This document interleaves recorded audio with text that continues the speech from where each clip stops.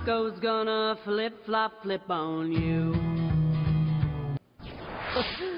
That was GOP presidential candidate Jeb Bush's super PAC, Right to Rise, releasing a new TV ad targeting Marco Rubio, making reference to Senator Rubio's changing stances on certain issues, as well as the new boots that Rubio has recently been wearing on the campaign trail. Joining us now, political pollster, Fox News contributor Frank Luntz, also joining the conversation, the Wall Street Journal's John Bussey. Good to see you, gentlemen. Thanks for joining us. That's funny. So what do you think? Mr. Luntz, I think, how does that go over? First off, I want to know what Nancy Sinatra thinks. It's pathetic. It honestly is pathetic. And this is one of the challenges. Jeb Bush is so much better than his campaign. He's grounded in facts. He's grounded in substance. And I honestly, I feel personally very sad for how he's been treated, because he arguably is the most qualified candidate. But when you run ads like that, you deserve your 4% poll numbers. Whoever's putting that stuff together, I'm sorry, but that's not what the Republicans want to see. It's not what they want to hear. It's not going to put a single vote from Marco Rubio to Jeb Bush. The Bush campaign ought to be ashamed of itself. They have got so much substance, and that's what they do. And by the way, we've tested ads like this. They don't work.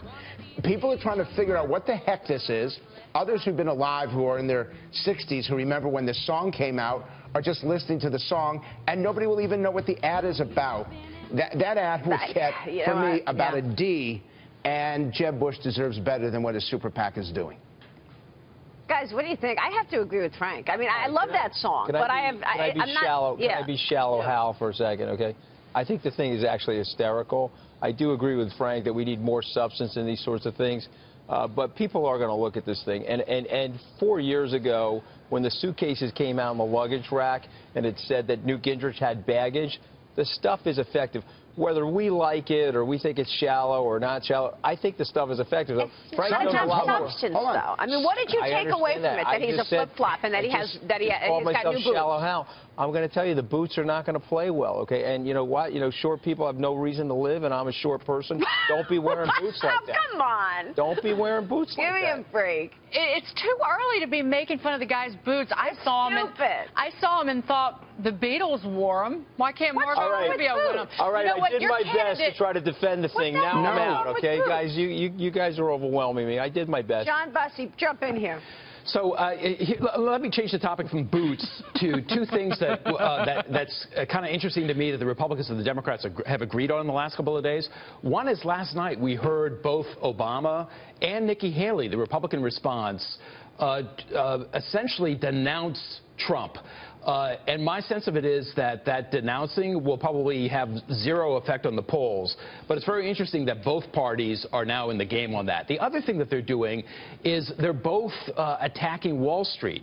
And if you're wondering how the economy is going to respond over the next few months, as bankers in this country watch both Democrats and the Republican Party, which is usually who they support, attack Wall Street and attack banks.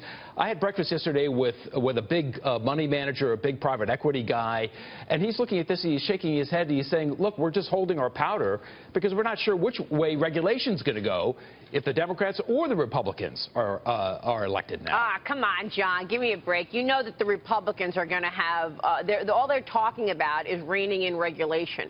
They're not going to regulate more on top of what we've seen already. This is their campaign promise. Yeah, now you would presume Donald Trump doesn't like Wall Street, though. Yeah, you'd presume that to be the case. No, he's blasting away. Yeah. And pretty much all the other Republicans are as well at this point, Maria. You're right. I mean, the Republican Party is the party of Wall Street. No, I don't think so. I think that's one of their campaign promises, to repeal Obamacare, to roll back some portions of Dodd-Frank, to get rid of the recent regulations that we saw on the EPA. So what regulations specifically are you talking about that the Republicans want to add on to what we've seen from the Obama administration, then, John? The presumption would be nothing, right?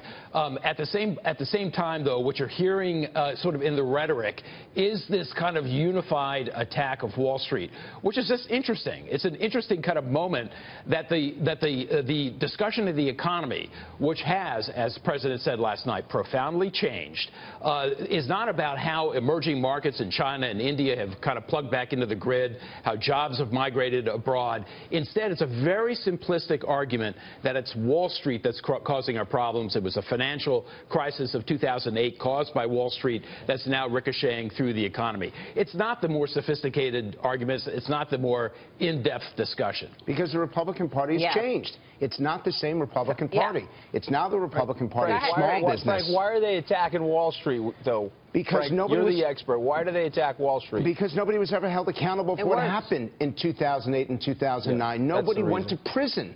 That you got to understand that particularly for these Trump voters, statistically, and viewers should know this, the average Trump voter has a $20,000 family income below the voters from the other political parties. They're much more likely to be working class. They're much more likely to be in their 50s and 60s, either heading towards retirement or in retirement. And they look at Wall Street as being corrupt. They look at it as being all about big business. The Republican Party has changed. It is going through a metamorphosis right now. It is no longer the party of the suits and the 3 martini lunches. It's now the party of mom and pop and Main Street. And Main Street does not like Wall Street. I know, but what I'm talking about is regulation in particular. Like, for example, every candidate on that stage is talking about tax reform being the #1 piece of, a priority on their agenda. So how can you equate Hillary Clinton with the Republican candidates and say that they are exactly the same on what they're going to do with regulation when they're all talking about tax reform? I'll let the Wall Street Journal reporter. Yeah, I think you're right, Maria. Nobody is equating the two, but it creates a dissonance. It creates a confusion. It creates an uncertainty, and that's a part of what's informing the business community at this point. They're not sure what to do. The banks are looking at this and they're saying, how do we now attack this? And they're asking their trade associations to get out front. And they're doing a bad job at it. Yep. Let's face it. Big business in America had a chance to challenge Donald Trump 6 months ago, 5 months ago, 3 months ago. They never did. Now they're going to suffer for it, and they may really suffer big time come next month. How would they have challenged them, though? How would they have challenged them? I know you got to wrap, but how would they have challenged them, Frank? In a word, accountability. Okay. Gentlemen, thank you. You bet. Frank Luntz, John Bussey.